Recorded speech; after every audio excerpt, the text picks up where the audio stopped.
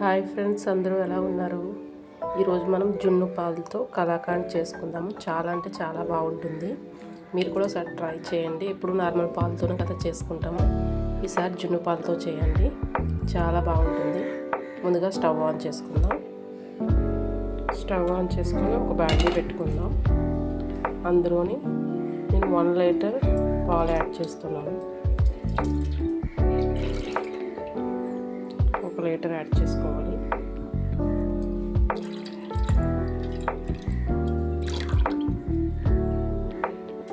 వీటిని బాగా మరగనిద్దాం.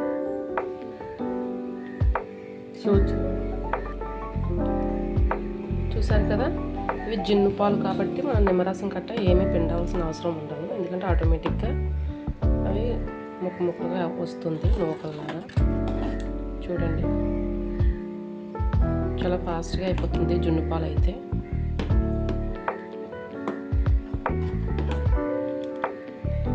చూడండి, మొత్తం అన్నీ ఎలా వచ్చాయి. కొంచెం దగ్గరికి అయ్యే వరకు అలా కలుపుకుంటూనే ఉండాలి, లేదంటే అడుగు పడుతుంది. కొంచెం టైం ఎక్కువ పడుతుంది, కానీ ఇంక తింటే వదిలిపెట్టరు, అంత టేస్టీగా ఉంటుంది. ఒకసారి మీరు కూడా ట్రై చేయండి, చాలా అంటే చాలా బాగుంటుంది. ఇలా కలుపుతూనే ఉండాలి మొత్తం. ఇప్పుడు చూసారు కదా, పాలు బాగా బాయిల్ అవుతున్నాయి. ఇప్పుడు చూడండి ఎంత పూసగా వచ్చిందో. చూడండి, చాలా అంటే చాలా బాగా వస్తుంది. ఇలా కొంచెం దగ్గరికి అయ్యే వరకు మనం కలుపుకుంటూనే ఉండాలి, లేదంటే అడుగు పడుతుంది.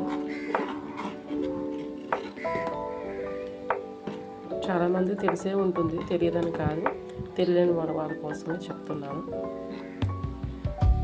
ఈ వాటర్ మొత్తం కొంచెం డ్రై అయ్యే వరకు మనం కలుపుకుంటూనే ఉండాలి.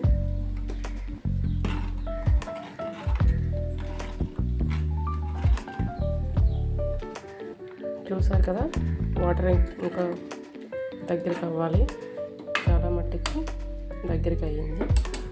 అలా కలుపుకుంటూనే ఉండండి.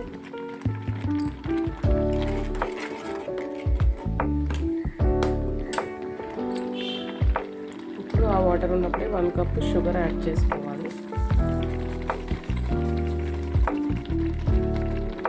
మీరు స్వీట్ ఎక్కువ తినేంటాను అనుకుంటే ఇంకా ఎక్కువ యాడ్ చేసుకోవచ్చు, కానీ జున్ను పాలు స్వీట్గా ఉంటాయి.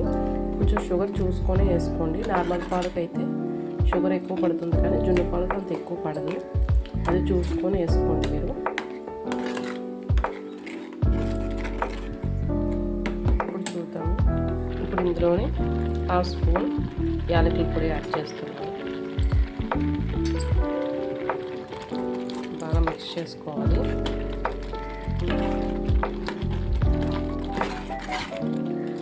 బాగా పాకం వచ్చే వరకు కుక్ చేసుకోవాలి.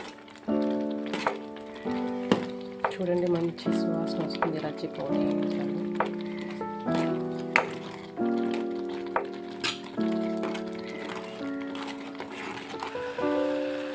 చూడండి, ఆల్మోస్ట్ వాటర్ అంతా అయిపోయినట్టే. ఇప్పుడు ఇంకా కొంచెం పాకం వచ్చే వరకు మనం కలుపుకుందాం.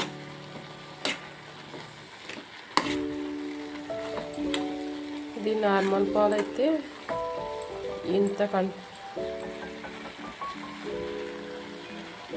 అదే నార్మల్ పాలు అయితే ఒక 2 లీటర్స్ 3 లీటర్స్ యాడ్ చేసుకుంటాను, కానీ ఇంత రాదు. అది జున్ను పాలు కాబట్టి కొంచెం చిక్కగా ఉంటాయి కదా, అందువల్లనే మనకి ఇంత వస్తుంది. జున్ను పాలు చేసుకుని ఒకసారి చూడండి. ఇప్పుడు జున్నే కదా తింటాము, ఇలా కూడా చేసుకొని తినండి. చాలా అంటే చాలా బాగుంటుంది. పాకం వచ్చే వరకు కలుపుకోవాలి. వాటర్ మొత్తం అయిపోతుంది, కొంచెం లైట్గా ఉంది వాటర్ అంతే.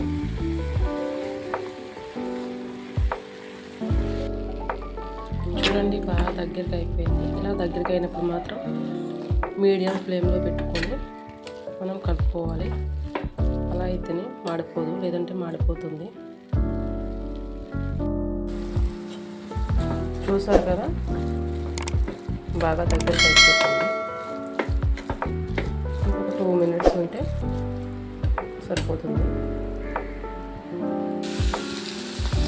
చూసారు కదా బాగా దగ్గరగా అయిపోయింది. చూడండి ఇలా సపరేట్ అయిపోతుంది కదా, ప్యాన్ నుంచి సపరేట్ అయిపోతుంది కదా. ఇలా చేస్తే దగ్గరికి అయిపోవాలి. అలా అయిపోయిందంటే రెడీ అయిపోయినట్టు మనం స్టవ్ ఆఫ్ చేసేసుకుందాం. వేరే బౌల్లో తీసేసుకున్నాము. ఇప్పుడు నెయ్యి రాసి ఒక ప్లేట్లోకి తీసుకున్నాము. దీన్ని ఈవెన్గా ఒక బాక్స్ షేప్లో మనం అప్లై చేసుకుందాం. మీ దగ్గర లేదు బౌలే ఉందనుకుంటే బౌల్లో కూడా ఇలా అప్లై చేసుకోవచ్చు.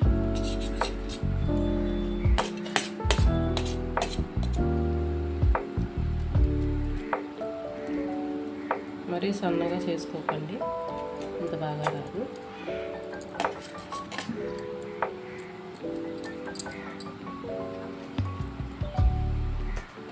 చూసారు కదా ఇలా ఈవెన్గా పెట్టుకున్నాను.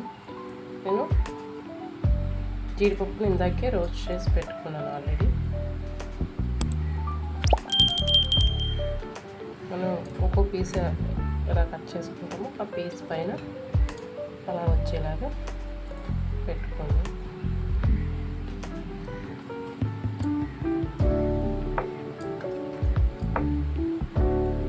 కొంచెం చల్లగా అయిన తర్వాత కట్ చేసుకుందాము. ఇప్పుడైతే ఇలాగే ఉంచుతున్నాము. ఒక 2 hours తర్వాత మనం కట్ చేసుకుందాం. చూసారు కదా, ఇప్పుడు మనం పీసెస్లా కట్ చేసుకుందాము.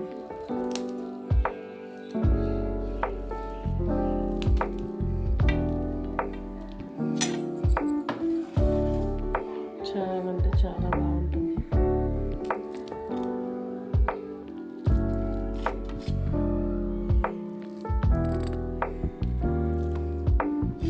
చిన్న చిన్న పీసెస్ కూడా కట్ చేసుకోవచ్చు.